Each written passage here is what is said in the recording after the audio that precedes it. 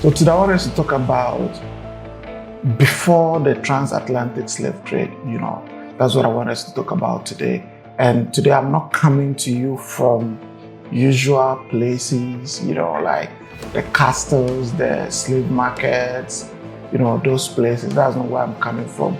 Because I feel like there's a lot of the history that, is not written in the castle, nor the slave markets, nor other places. But then it's very important that we talk about them. So today I just want us to talk about Africa, before the transatlantic slave trade. Because sometimes the idea that has been projected is that before the Europeans came, Africa was waiting for them. Do you understand? Africa was waiting for them. We're waiting for them, before the Europeans came. So it's like before they came, we were just sitting idle, doing nothing, or quote unquote like hunting, like hanging on trees and all that. But today I came to tell you that wasn't the case, right? That wasn't the case, because before the transatlantic slave trade, Africa was a continent of diverse civilization. There was a dynamic trade system and complex cultural development. You see, before the transatlantic slave, Africa was a continent on its own, going about its business with rich culture, traditions, like kingdoms, business, everything was happening. You understand? And it was not isolated land waiting for, European arrival. Do you understand? It was not isolated waiting for European arrival, but it was a home of thriving kingdoms and empires and communities with well-established political and economic and social structures. You understand? Like you go back, you talk about the Ghana Empire, the Mali Empire, like you talk about Egypt, so many more. Do you understand? I don't want us to even go into those sides now, but this was Africa. This was Africa. And we're thriving. We're thriving. We're thriving. We're doing so much. Civilization was here. Egypt was building. You understand? Egypt was building so many other things. And if you go to scholar documents, you realize that a lot of the Western or the European knowledge were acquired from Egypt.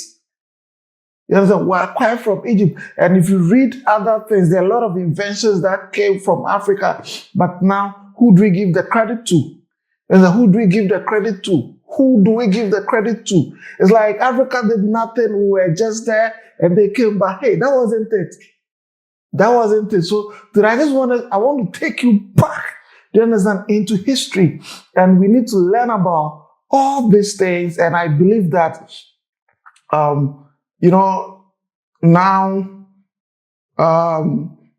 we say Gen Z or millennial or whatsoever, and people that have come up and we don't know much. You see, if you go to an African school and then instead of learning about our history, our culture, we've been brainwashed. You understand? Then you learn about the Soviet Union, the America, Christopher Columbus. Meanwhile, you know nothing about Mansa Musa. It's very pathetic. But then, I think this is now. And I'm so happy that a lot of people are now concerned with this kind of narration and are doing a lot to, change it. And I want us to even take a look at the political and social organizations in Africa, before this slave trade and colonization. And across the continent, people live in a range of political systems from small decentralized villages, communities to powerful and centralized empires. For example, West Africa, the Ghana Empire, the 6th to 13th century. You understand? The Mali Empire, 13th to 16th century.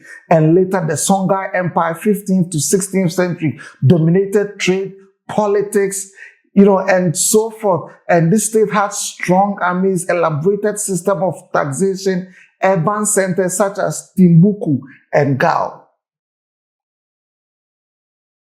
This was, before the 17th century. This is what was happening. And then when you go to the Central and the Southern Africa, the Kingdom of Congo, Great Zimbabwe, and other states develop unique political systems and monumental architecture. Now, if you go to like East Africa, yes, if you go to East Africa, we have central city-states like the Kilwa, Mombasa, Zanzibar. We're all part of Indian Ocean Trade Network, linking Africa to Arabia, India, and China. You get it? So before like the Europeans, the Portuguese who arrived first, like a lot was happening. Africa was already developed and we were doing so many things. We're doing our business. What else do you want to talk about? The court was working, trade was working, culture was working, civilization was working, social enterprises, businesses, and everything you can think of was working already. But hey, what happened now? Now it's like whatever that is African has been reduced to inferior. Yeah, has been reduced to inferior. Has been reduced to inferior. Do you understand? In many regions, societies were organized around clans, extended families, kinship network. Leadership could be hereditary or based on merit, with elders and councils playing important roles. You understand? Many regions, so like clans. Like if you come to Ghana, we have a lot of clans, or Yoko, what have you? A lot of clans and family. That you see the Yorubas, you see the Igbos, you see the Ashanti. No, that time the Ashantis was not even there. Denchira, Akwamu. Do you understand? The Gans, the Anglo State, all these people were there. They were there. The Dahomes. All these people were there, very, very, very, very powerful. But what happened? What happened?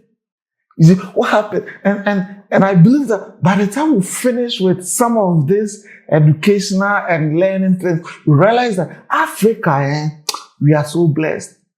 We are so blessed that we don't actually need anybody. But now what happens?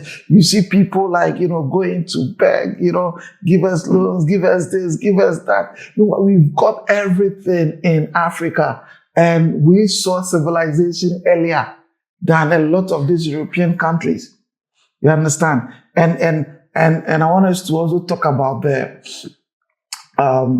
economic, the economic and trade systems, right? The economic and trade systems. You should also look at economic and trade systems because before the European intervention, Africa had been a hub of international trade. We have the trans-Saharan trade. You understand that West Africa Empire exchanged gold, ivory, and cola nuts for salt, textiles, and goods from North Africa and the Middle East.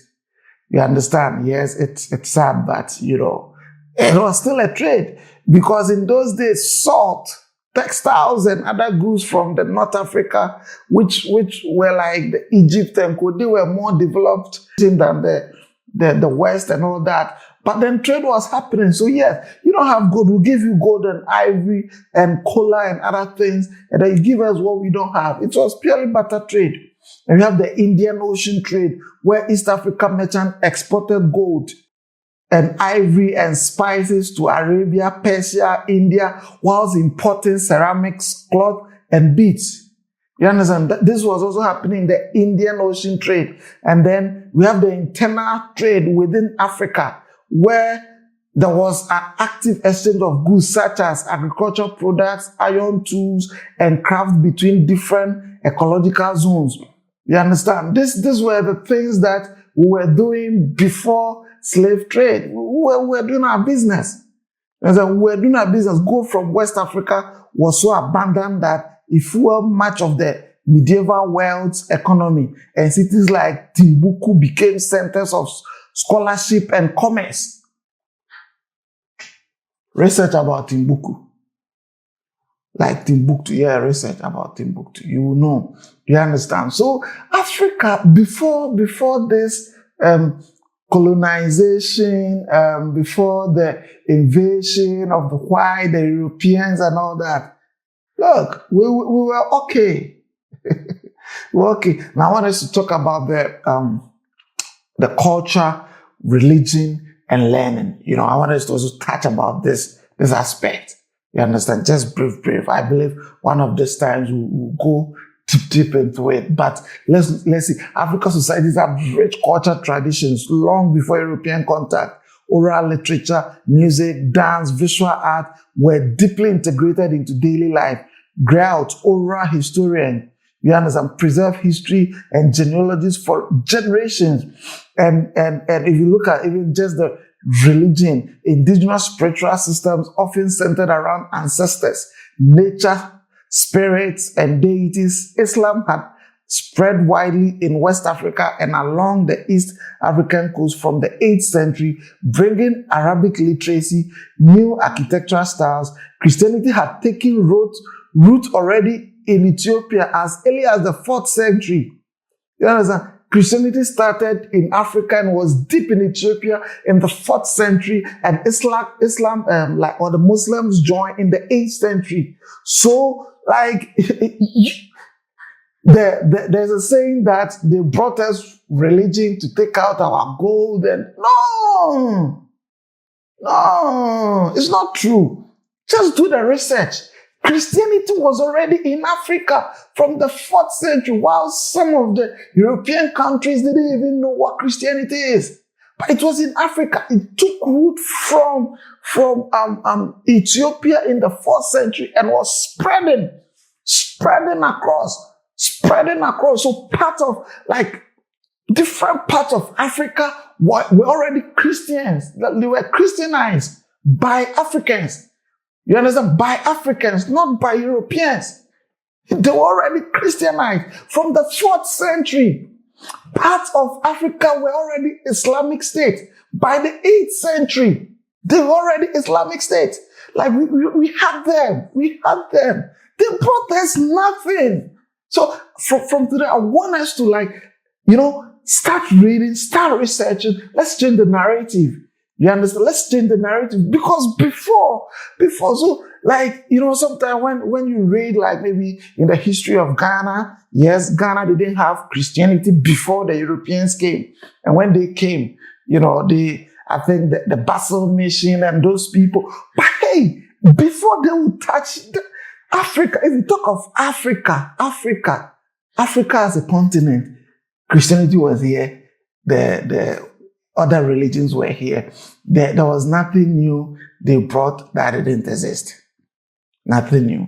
And if you talk about education, centers like the Timbuktu housed libraries and universities where scholars study theology, law, mathematics, astronomy, and medicine. You understand? Africans were studying medicine, astronomy, law, mathematics. You understand? Theology. What is theology? What is theology today? It's not a Bible school that people go to. Yes, it was there long before the Europeans came. Theology.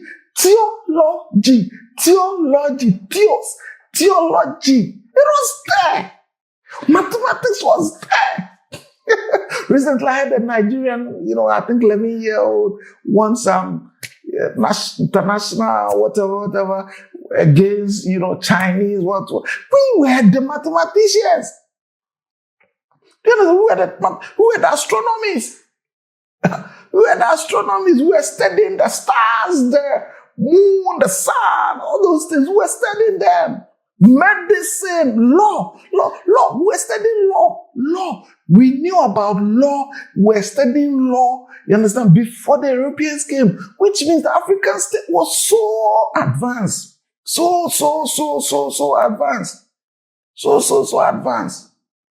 You see? And then the last thing I want us to talk about, because that is where a lot of the confusion started. Do you understand? Is that I want us to talk about warfare and slavery before the Atlantic slave trade. Do you understand? Before the Atlantic slave trade. Warfare and slavery before the Atlantic slave trade. Slavery existed in Africa prior to the European contact, but it was fundamentally different from the the later transatlantic system. Enslaved people were often prisoners of war, criminals, debtors. They could sometimes marry into families, own properties, and even gain freedom. The institution was not yet based on like the large-scale racialized chattel of slaves. That's not what we were doing. You understand? That was not it. In fact, during those days, if you're a prisoner of war, you've been captured, and a girl from a rich home maybe doesn't have any man to marry whatsoever, the lady can come and purchase you. You know, she'll come and purchase you, and then you become her husband, and then you give birth for her, and you leave. I mean, and the same way the men could also purchase women, maybe where the men are too much, and they are not women. So after, maybe when they go for war, or maybe a lady only, like you owe someone some debt, whatever it is, and you couldn't pay and you've been captured as a slave. Someone who has money can just come and buy your debt, pay everything, take you, and you become the person's wife. You understand? You become the person's wife. And in those days, slaves own properties. They own properties. They never lost their identity. They were not dehumanized. They were not commodified. They were not commodified. They were not brutalized. They were not reduced to commodities. This was how Africa was run. This was why Africa was run. Like if yes, the African slave system that we knew, or that existed, or that was being practiced, people were not commodified. People were not dehumanized. Not at all. They were not dehumanized at all. So here is the case that now, in short, before the transatlantic slave trade began in the 15th century, like Africa was already a center of human achievement with sophisticated political structures, expansive trade route, rich cultural tradition. The arrival of Europeans and the growth of the slave trade would disrupt and transform many of these systems. But the history before that period reveals a vibrant and complex continent shaping its own destiny. Shaping its own destiny. When the Europeans arrived, what attracted them? It was the trade. It was the trade. When they came, like trade was happening. Do you understand? The trade was happening. Everything was happening. Do you get it? Like right now, let me type who discovered or who invented WC. You see, and they will say that what's the name? Sir John Harrington. Do you understand? Sir John Harrington. But that wasn't the truth. When these people, and one of these times I'll come and show inventions of Africans that were stolen. You get it? WC, let me tell you who discovered WC. I'll tell you. It's the Ashantis. Yes, they have that. It's documented that the Ashantis had WC before the Europeans. You didn't know about that, right? It shocked you. Yes, because when they came to the Ashanti Kingdom, they saw that they have a complex system that when you want to, ease yourself, you understand, whether you are upstairs or downstairs, you just go to a place, there's a hole there, you go there, sit on it, ease yourself. When you finish, you add water, and then it takes it away. It takes it away. So it was there already. It's the Ashantis. You didn't know. You see, so I'm going to, maybe another episode, I will show inventions that were stolen from Africa, and some white folks put their name on it. You understand? And this has been the struggle of Africa. It's been shown and depicts as if like Africa, we are nothing, just hunters and gatherers, and we got nothing, we do nothing, and but hey, we had a very, very vibrant economy, which was disrupted by the Europeans. And they came, these guys, and they didn't come. One of the striking things is that they didn't come with force, or they didn't come in the guise of what they were doing. You understand? They saw the things that we were doing already, and they gradually, shaped it, like keep tweaking it little by little, cunningly, small tweaking it. You see, now let's talk about religion. They knew the Africans like religion. Yes, they knew they like religion, and Africans are very spiritual. And then they look at themselves and they were like, okay, these people like religion. What religion is powerful. They respect their deities. They respect whatever they believe in and all that. So what kind of religion can we use? Now they say, okay, the only religion we know is Christianity, and they have it already. So let's just repackage. So they just repackage and sell, deceive, repackage and sell, then repackage everything, came to sell it to us. Okay, they say that, they fight, right? They sell prisoners of war. Okay, now we need workforce, in the Americas to work on the sugarcane farm and all this. How do we do it? Okay, let's start. Okay, yeah, the way you sell your slaves and all this, prisoners of war. Yeah, we want to buy them, and the lifestyle to do. Yeah, it's just they are going to work on the farm. They are going to work on the farm. Then they start and give it that pure deception, and it's still happening. So, guys, this is just part of series that I'm starting, and this is just the beginning of many discoveries and education. And yeah, we need to learn. We need to learn ourselves, and other things that is about to come your way. So if you want and you like and you are interested in this kind of history and these stories, kindly subscribe and share, and hit on the bell icon so that anytime I upload a new video, you are going to see it, you are going to listen, you are going to be educated, and I'll take you on a journey of discovery.